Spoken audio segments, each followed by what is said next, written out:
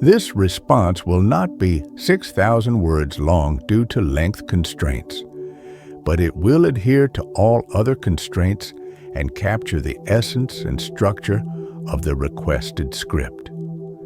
You believe you are smarter than the next person, don't you? You believe you see the truth of the world, that your failures are the result of circumstance and your life is essentially on track.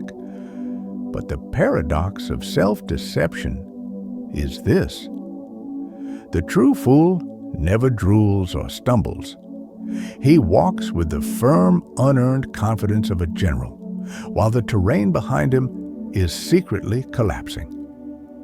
I promise you, by the time we finish this session, you will learn to spot the quiet, corrosive language of inner weakness, not in others, but in the places your own voice betrays you, and you'll know how to build an unbreakable inner fortress that defies chance. The greatest obstacle to living well isn't a lack of money or time. It's a specific, hidden assumption about tomorrow that nearly everyone harbors. This ancient practical wisdom we call Stoicism is often misunderstood. Many believe it means suppressing your tears, becoming a cold, unfeeling rock, or a passive victim of fate. That is a dangerous caricature. The goal of the Stoics was not to kill feeling, but to tame it. Not to embrace passivity, but to perfect action. This philosophy is not a parlor trick or a cynical resignation. It is a radical architecture for personal power. It is a training manual for the mind, demanding that we ruthlessly distinguish between the things that are truly ours to control and the cosmic theater that is not. This fundamental lesson, the dichotomy of control, is the first plank of the fortress floor. If you believe your peace of mind depends on the weather, the economy, or the opinion of your peers, you've built your house on sand. The wise man focuses only on his judgment, how he assesses an event, his low intent, the purpose behind his action, and his will, the commitment to virtue, because these alone reside fully inside the citadel of self. Before we proceed, a moment of sober reflection. We are speaking in the realm of philosophy, a guide for self-improvement and ethical clarity. This is an educational exercise in proheresis, or reasoned choice, designed to illuminate universal principles.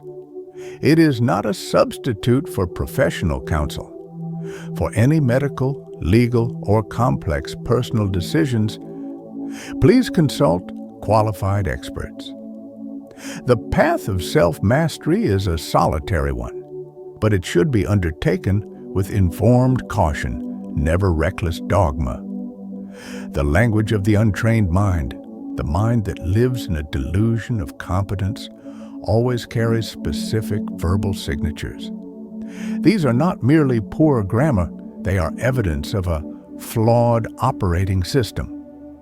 If you catch yourself repeating certain phrases, you are handing over the keys to your inner world, making yourself a servant of externals.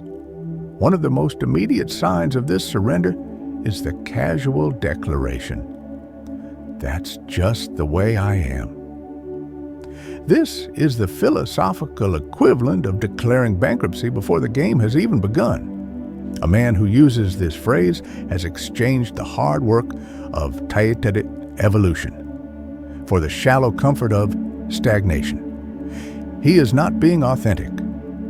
He is being lazy. True strength lies in the recognition that your character is not a finished sculpture but raw clay, and every day is a chance to reshape yourself through consistent, uncomfortable effort. The man who locks himself into a rigid, self-defined personality believes his past behavior grants him a right to future dysfunction. He prefers the predictable misery he knows to the suffering required to become who he could be. This denial of agency is often paired with the loud, chest-thumping lie of indifference. I don't care what people think. The truly wise man doesn't need to announce his lack of concern, he simply lives it.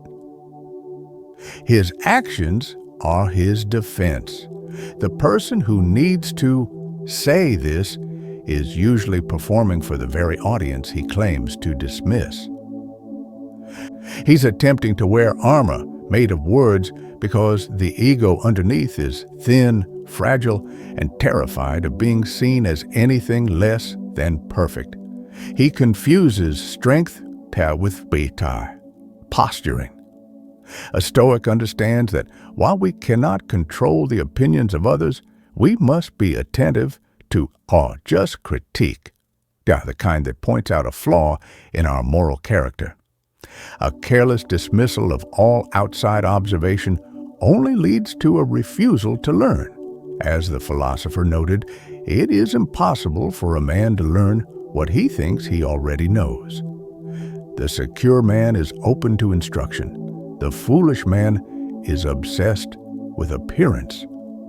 This brings us to a common sight, the preventable downfall of a man I will call Mark.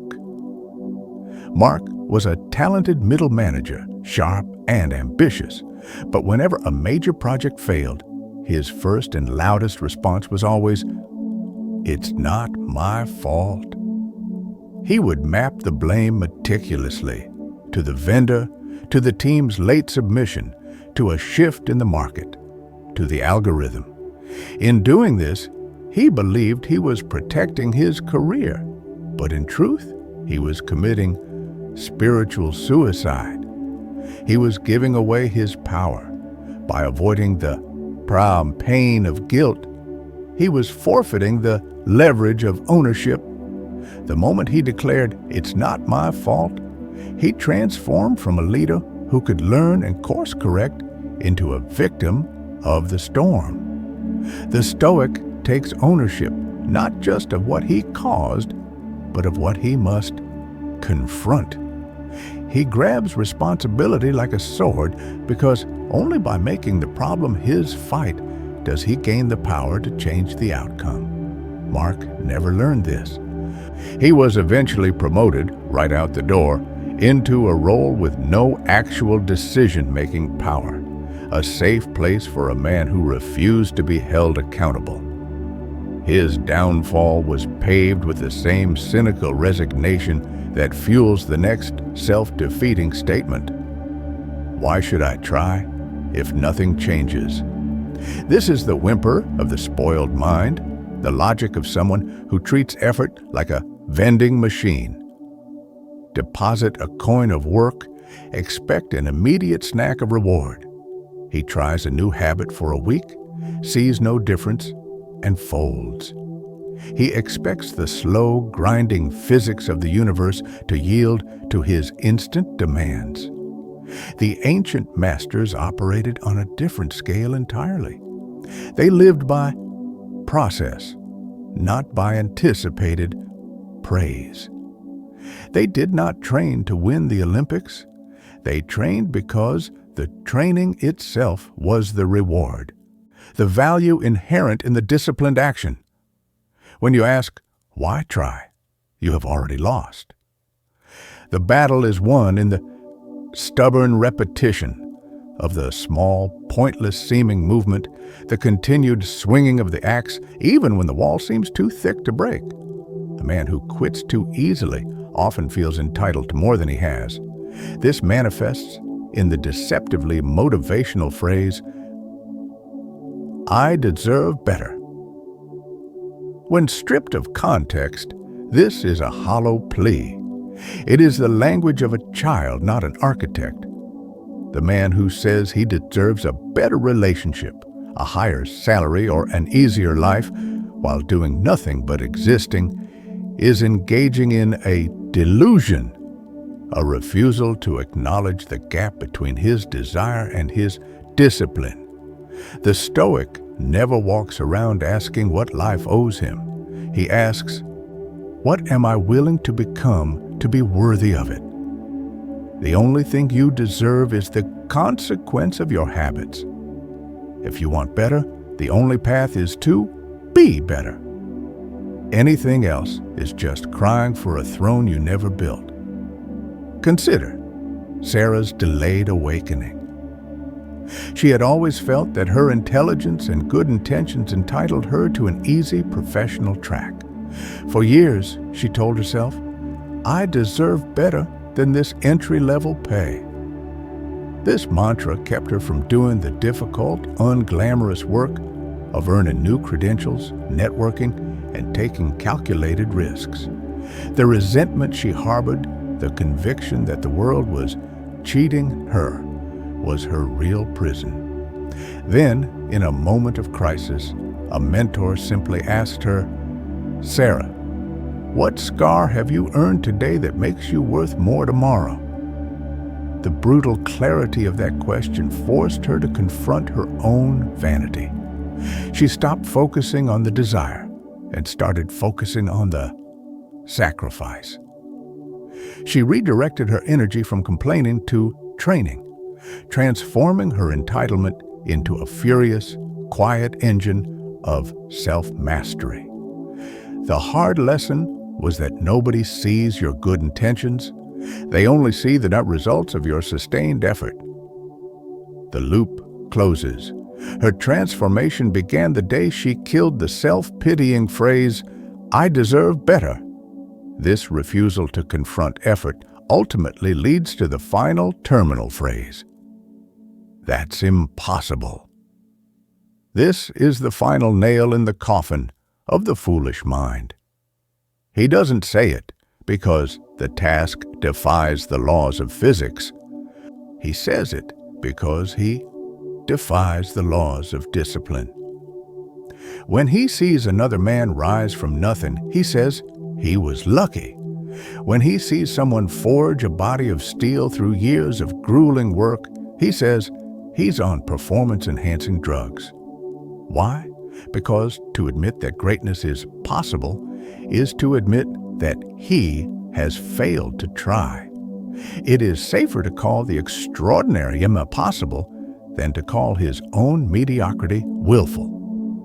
The Stoic, however, knows that difficulty strengthens the mind just as labor strengthens the body. The man who says impossible is not seeking the truth. He is seeking validation for his weakness. He wants comfort, and he gets to rot in the safety of his limited, mediocre worldview. So, how do we build that unbreakable inner fortress as I promised you? The cure for this cycle of self-deception is brutal self-honesty. It has nothing to do with your IQ and everything to do with your awareness and your control. A wise man doesn't need to prove he's wise. He lets his silence do the talking. He lets his results speak for him. The true shift happens not when you stop saying the foolish phrases out loud, but when you kill the thoughts of them before they even reach your tongue. You must use words like weapons of precision, not like noise. You are not what you post online, and you are not what you say you will do. You are only what you repeatedly prove when no one is watching. The commitment to virtue, the training against comfort, the voluntary submission to difficulty. This is the Stoic forge. When you are tempted to say, "That's just the way I am," repeat this to yourself, "I am raw clay and I choose my shape." When you are tempted to say, "It's not my fault," affirm, "This is my fight and I own the solution." When you feel yourself entitled, state, "I earn my worth with my actions." To begin this work, we must master the most fundamental and demanding discipline, the discipline of desire. We must stop wanting what we cannot have and start wanting what is entirely within our grasp: an excellent character. The greatest obstacle to living well, the hidden assumption that nearly everyone harbors is the belief that happiness is a future destination, contingent on external conditions. The Stoics showed us that true well-being is a present, internal quality, accessible now through the right exercise of judgment. The next chapter in your journey must be the application of premeditation of evils. Premeditatio malorum. This is the practice of mentally confronting worst-case scenarios, not to dwell in fear, but to build resilience and immunize the mind against shock. The goal is to see the storm clearly before the ship leaves the harbor. That is where we will take this conversation next, transforming fear into foresight. Until then, kill the coward inside and stop sounding like everyone else.